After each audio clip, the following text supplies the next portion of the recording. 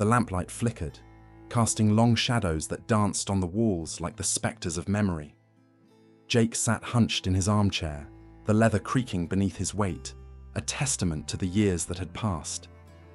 In his gnarled hands, he held a journal, its pages brittle and stained with the tears of time. His gaze drifted to the window, drawn to the distant lighthouse, a solitary sentinel against the encroaching darkness. Summer of '68. He rasped, his voice a rusty hinge. A time of dreams and madness when the world was young and the future stretched out like an untamed wilderness. He traced a trembling finger across the journal's cover, the embossed lettering barely visible beneath the grime. We were fools then, chasing phantoms in the fog, lured by the siren song of the unknown. A shiver ran down his spine, a ghost of the cold dread that had gripped him that fateful summer. The lighthouse's beacon, a rhythmic pulse against the night, seemed to beckon him back to the horrors he had witnessed. He could almost hear the whispers of his lost friends, their laughter echoing through the corridors of his mind. They called it the Lightkeeper's Lament, he murmured, his eyes reflecting the lighthouse's glow. a place where the veil between worlds grew thin, where the shadows danced with the living. He closed his eyes, images of that summer flooding his mind. The twisted faces, the echoing screams, the grotesque transformations. He had seen things that no man should witness, things that defied reason and sanity. He had lost friends to the darkness, their bodies claimed by the hungry sea, their souls devoured by the abyss.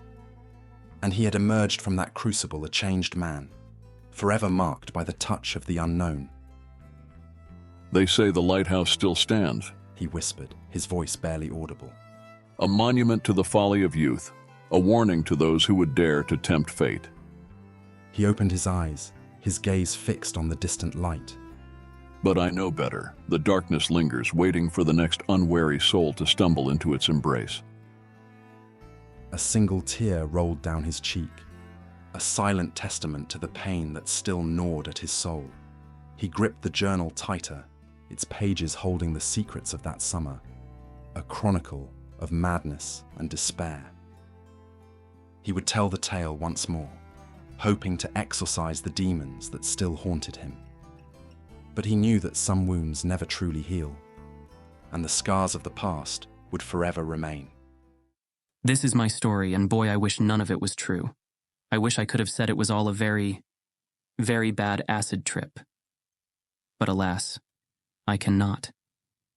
Ah, that summer of '68. We were a band of misfits, weren't we? Wanderers in a world gone mad. There was Mary, with her wild mane of red hair and eyes that burned like the desert sun. Danny, a lanky guitar player with a voice that could soothe the savage beast, or so he claimed. Billy, the quiet one, always lurking in the shadows, his camera his only companion. And then there was me, Jake, the dreamer, the seeker of truth, the fool who thought he could find answers in the swirling colors of the acid trip. We met in the hazy backrooms of San Francisco, drawn together by a shared hunger for something more than the mundane. We devoured books on the occult, debated the existence of extraterrestrials, and experimented with every mind-altering substance we could get our hands on. We were the children of the counterculture, rebelling against the stifling conformity of the era, seeking enlightenment in the farthest reaches of consciousness. It was during one of our late-night gatherings, fueled by cheap wine and a potent batch of LSD, that we stumbled upon the legend of the Lightkeeper's Lament. The story whispered of a remote island, shrouded in mist and mystery, where a solitary lighthouse stood as a beacon for lost souls. They said the Lightkeeper had gone mad, driven to despair by the relentless solitude and the whispers of the sea. Some claimed he had taken his own life, his tortured spirit forever bound to the tower. Others spoke of strange lights flickering in the windows, spectral figures roaming the shore, and a chilling silence that descended upon the island after nightfall. We were intrigued, our imaginations ignited by the promise of adventure and the allure of the unknown. We scoured libraries, interviewed locals, and pieced together fragments of the lighthouse's history. We learned of shipwrecks and disappearances, of whispers of ancient rituals and forbidden knowledge. The more we uncovered, the more determined we became to visit the island, to document its secrets and share them with the world. The journey was long and arduous. We traveled by train, bus, and finally by boat, our meager supplies crammed into backpacks and our hearts filled with a mixture of excitement and apprehension. As we approached the island, the lighthouse emerged from the fog like a skeletal hand reaching for the sky. Its stark silhouette cast a long shadow across the choppy waves, a silent warning of the darkness that awaited us.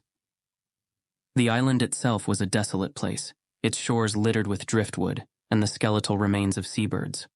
The wind howled through the stunted trees, their gnarled branches reaching out like claws. We made our way to the lighthouse, our footsteps crunching on the pebbled beach, the sound amplified by the oppressive silence that hung in the air. The lighthouse door creaked open, revealing a narrow spiral staircase that disappeared into the gloom. We hesitated, the chill of the unknown seeping into our bones. But our curiosity, fueled by the lingering effects of the LSD, outweighed our fear. We lit our lanterns, took a deep breath, and stepped into the darkness. The air inside was thick with the scent of decay and salt. Cobwebs clung to the walls, and the floorboards groaned beneath our weight. We ascended the stairs, our lanterns casting flickering shadows that danced and writhed like living things. The higher we climbed, the more oppressive the atmosphere became. The walls seemed to close in on us, and the whispers of the wind grew louder, as if the lighthouse itself was trying to speak. At the top, we found a small room with a single window overlooking the sea. The air was still and heavy, and the only sound was the rhythmic thumping of our hearts. We set down our lanterns and gathered around the window, peering out into the vast expanse of darkness. The lighthouse's beacon swept across the waves, its light piercing the fog like a spectral sword. "This is it. Mary whispered, her voice barely audible above the pounding of the waves. This is where the magic happens." We nodded, our eyes wide with anticipation. We had come seeking the unknown, and we had found it.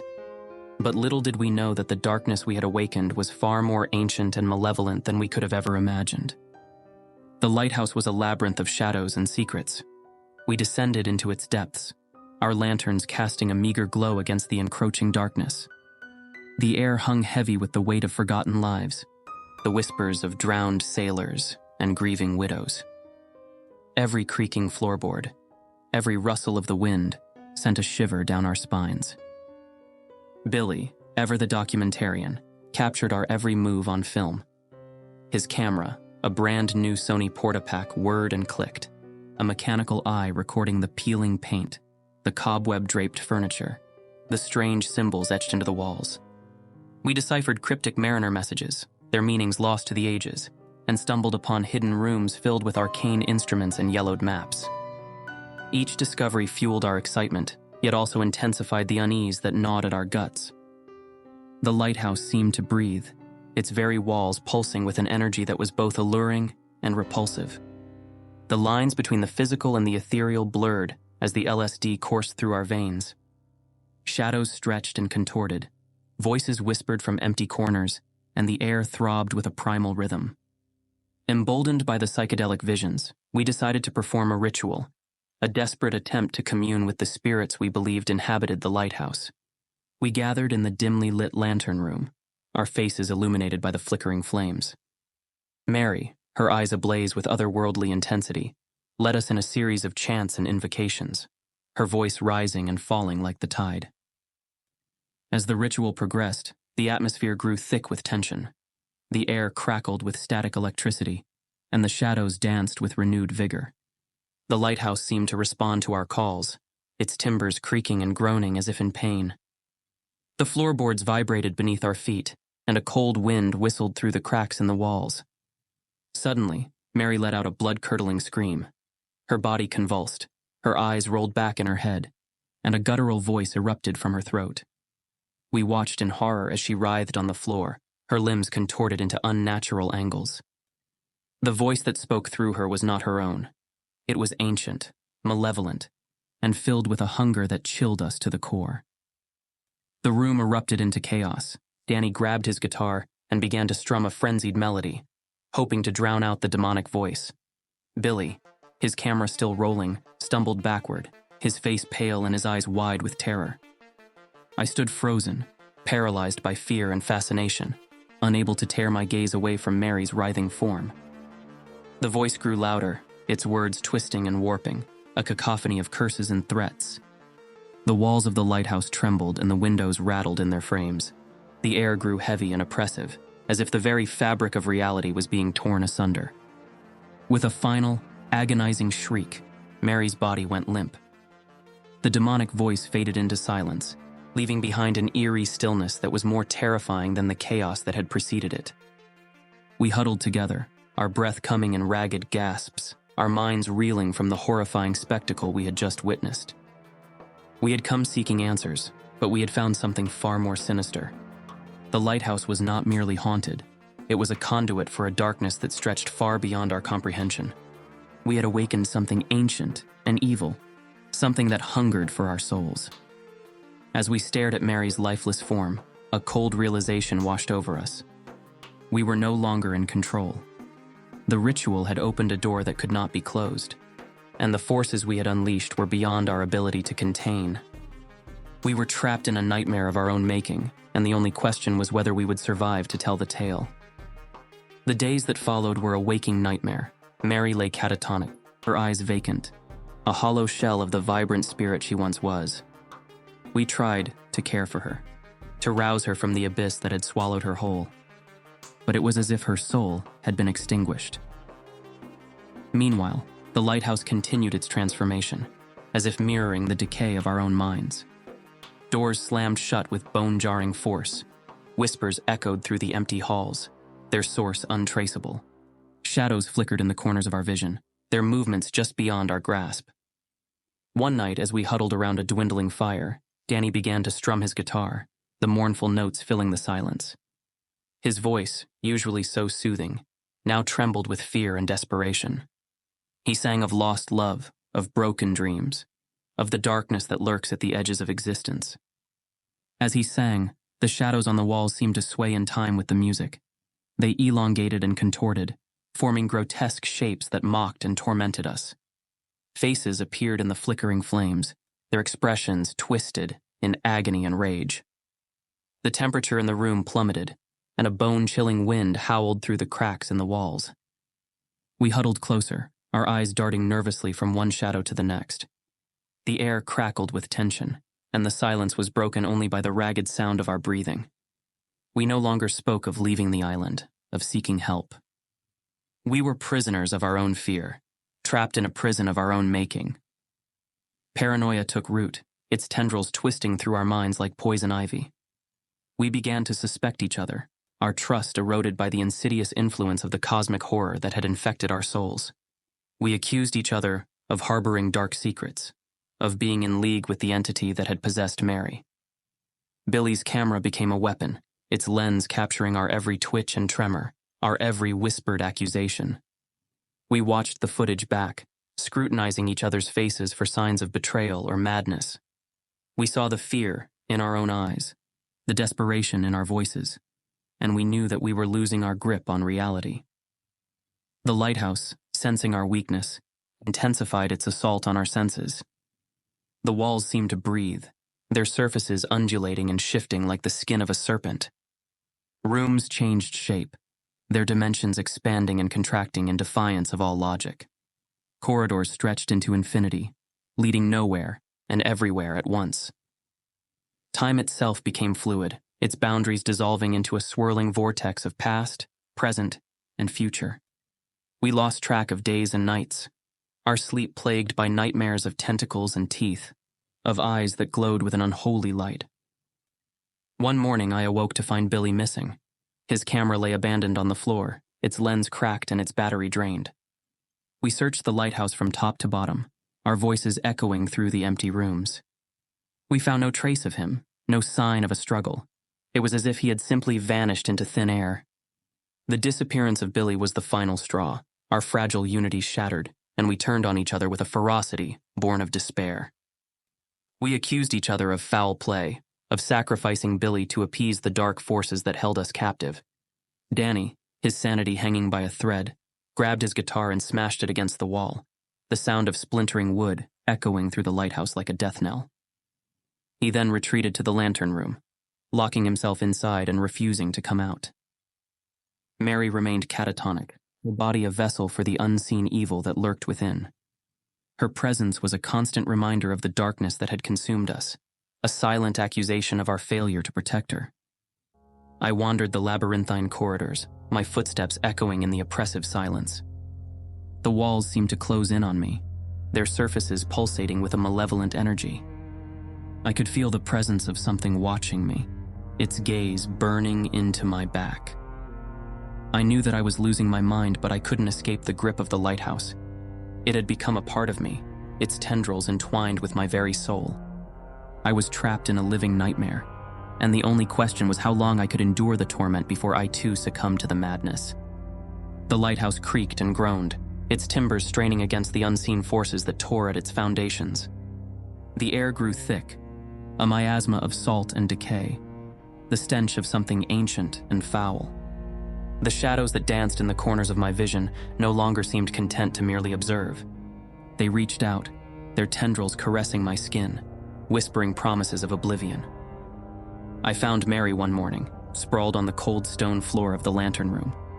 Her body was twisted into an unnatural pose, her limbs bent at impossible angles. Her eyes, once vibrant and alive, were now milky white orbs that stared vacantly into the void. A thin stream of black ichor trickled from the corner of her mouth, staining her pale skin. I reached out to touch her, my fingers trembling, but recoiled at the icy chill that emanated from her flesh. She was no longer Mary, the fiery spirit I had known. She was a vessel, a conduit for the cosmic horror that had seeped into our world. The transformation of Mary was only the beginning. Danny, locked away in his self-imposed exile, emerged days later, a gaunt figure with hollow eyes and a manic grin.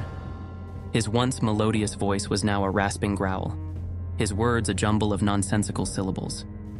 He stalked the corridors, his movements jerky and unpredictable, his laughter echoing through the empty rooms like the cries of a tortured soul. Even the lighthouse itself seemed to succumb to the corruption. The walls oozed a viscous black substance, and the once familiar rooms warped and twisted, their dimensions shifting with each passing moment. The spiral staircase spiraled endlessly downward, leading to a subterranean abyss that pulsed with an unholy light. I wandered the labyrinthine corridors, a prisoner of my own fear. I saw things that defied explanation, tentacles slithering from the walls, eyes blinking in the darkness, mouths opening and closing in silent screams. The very air throbbed with an alien presence, a malevolent force that sought to consume me. I tried to cling to my sanity, to remind myself that this was all a hallucination, a bad trip gone horribly wrong. But the line between reality and fantasy had blurred beyond recognition. The lighthouse had become a canvas for the horrors of my subconscious, a manifestation of my deepest fears and anxieties. Guilt gnawed at my insides, a corrosive acid that burned through my soul. I blamed myself for bringing my friends to this forsaken place, for unleashing the darkness that had claimed their lives. I saw their faces in every shadow, heard their voices in every whisper of the wind. One night, as I lay curled in a fetal position on the cold stone floor, I felt a presence beside me. I opened my eyes and saw Mary standing over me, her twisted body casting a grotesque shadow in the moonlight. Her milky eyes bored into mine, and a chilling smile spread across her face. Join us, Jake. She whispered, her voice a rasping echo of its former self. Embrace the darkness. Become one with the void. I struggled to resist, cling to the last vestiges of my humanity. But the darkness was seductive, promising an end to the pain, the fear, the guilt. It whispered of a world beyond suffering, a realm of pure ecstasy and oblivion. For a moment, I considered surrendering, letting go of the fight and embracing the sweet embrace of oblivion. But then I saw the faces of my friends, their eyes pleading with me to resist, to hold on to the light. With a surge of adrenaline, I pushed Mary away and scrambled to my feet. I ran through the twisting corridors, my heart pounding in my chest, my lungs burning with the effort. The shadows chased me, their whispers growing louder, their tendrils reaching out to ensnare me. I stumbled into the lantern room, the air thick with the scent of sulfur and decay. Danny sat hunched in the corner, his eyes glowing with an unnatural light. He raised a skeletal hand, beckoning me closer, his lips forming words I could not understand. I turned and fled, my legs pumping, my lungs screaming for air. I burst through the lighthouse door and into the storm-ravaged night. The rain lashed at my face, cleansing me of the stench of the abyss. I ran until I could run no more, collapsing onto the rocky shore, my body racked with sobs. I had escaped the clutches of the lighthouse, but I knew that the darkness would forever haunt me. I had seen the face of cosmic horror, and it had left an indelible mark on my soul. The storm raged, mirroring the turmoil within my soul. Lightning split the sky, illuminating the skeletal remains of the lighthouse, its once proud structure, now a twisted mockery of its former self. The wind shrieked like a banshee, its mournful cries echoing the despair that gnawed at my heart. I huddled in a shallow cave, shivering from the cold and the terror that gripped me. The lighthouse beckoned, its warped beacon flashing an unholy invitation. A siren song of oblivion whispered in my ear, promising an end to the pain, the guilt, the endless torment of existence. But a flicker of defiance remained, a spark of the man I once was. I could not surrender, not while a shred of hope remained.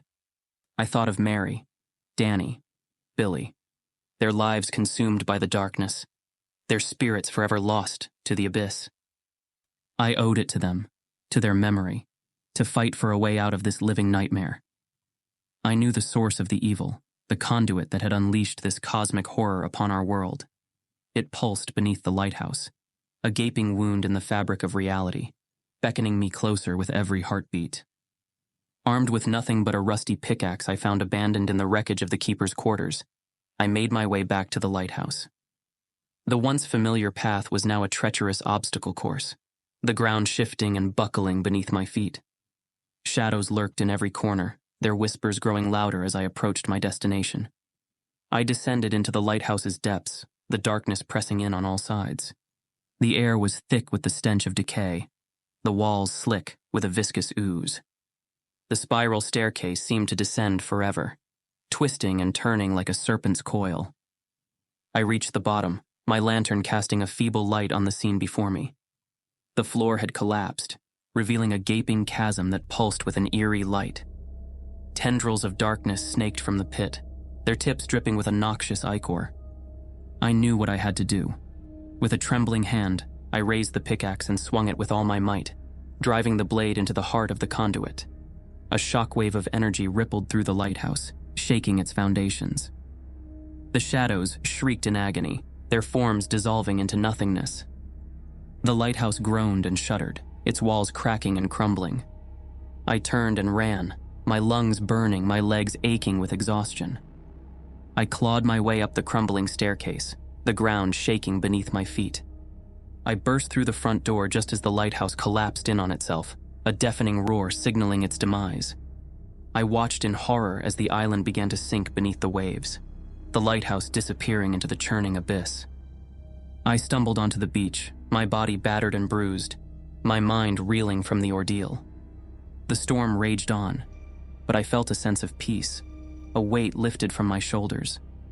I had sealed the conduit, at least for now. The darkness had been banished, but I knew it would return, waiting for another opportunity to seep into our world. As the first rays of dawn pierced the gloom, I saw a small boat bobbing in the distance. It was a fishing vessel, drawn to the island by the storm. I hailed the boat, my voice hoarse from screaming. They pulled me aboard, their faces etched with concern and disbelief.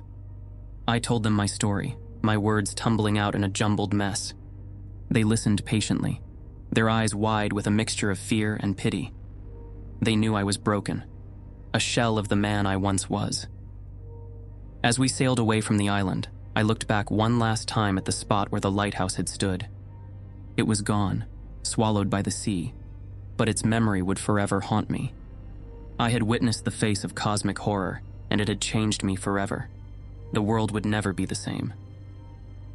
The journal fell from my trembling hands, its pages scattering across the worn rug like fallen leaves. The fire in the hearth crackled and sputtered, casting grotesque shadows that danced on the walls. I stared out the window, the lighthouse's ghostly glow still imprinted on my retinas.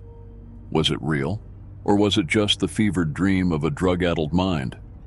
Had I truly witnessed the unfurling of cosmic horror? Or had the LSD warped my perceptions, twisting reality into a macabre tapestry of paranoia and delusion? The doctors called it post-traumatic stress, a consequence of the horrors I had supposedly endured. They prescribed pills to dull the nightmares, to silence the whispers that echoed in the hollows of my mind. But the medication could not erase the memories, the lingering dread that clung to me like a shroud. I tried to move on, to rebuild my life from the shattered fragments that remained. I sought solace in the arms of lovers, in the numbing haze of alcohol, in the fleeting distractions of the world. But the lighthouse's light continued to flicker in my mind, a constant reminder of the darkness that lurked beneath the surface of reality. I saw it in the shadows that stretched across my bedroom wall, in the faces of strangers that seemed to warp and contort before my eyes. I heard it in the creaking of the floorboards, in the rustling of leaves outside my window. It was a constant presence, a specter that followed me wherever I went. I tried to tell my story, to warn others of the dangers that lurked beyond the veil, but they dismissed me as a madman, a casualty of the psychedelic era. They laughed at my tales of cosmic horror, their eyes glazing over with indifference and disbelief. So I retreated into solitude, seeking refuge in the pages of my journal, the only witness to the truth of that summer. I wrote and rewrote my account, hoping to make sense of the madness, to find some semblance of meaning in the chaos, to someday have my friends miraculously walk in through my door. But the answers remained elusive, the truth forever shrouded in mystery. I was left with only questions, doubts, and a gnawing fear that the darkness I had witnessed was not confined to the island, that it lurked within each and every one of us, waiting for the right moment to awaken. The lighthouse's light may have been extinguished, but its legacy lived on, a chilling reminder of the fragility of our reality and the vastness of the unknown. I was a relic of a bygone era, a survivor of a forgotten nightmare. And as I gazed out the window at the starlit sky, I knew that the darkness would forever haunt me, a specter that would follow me to the grave.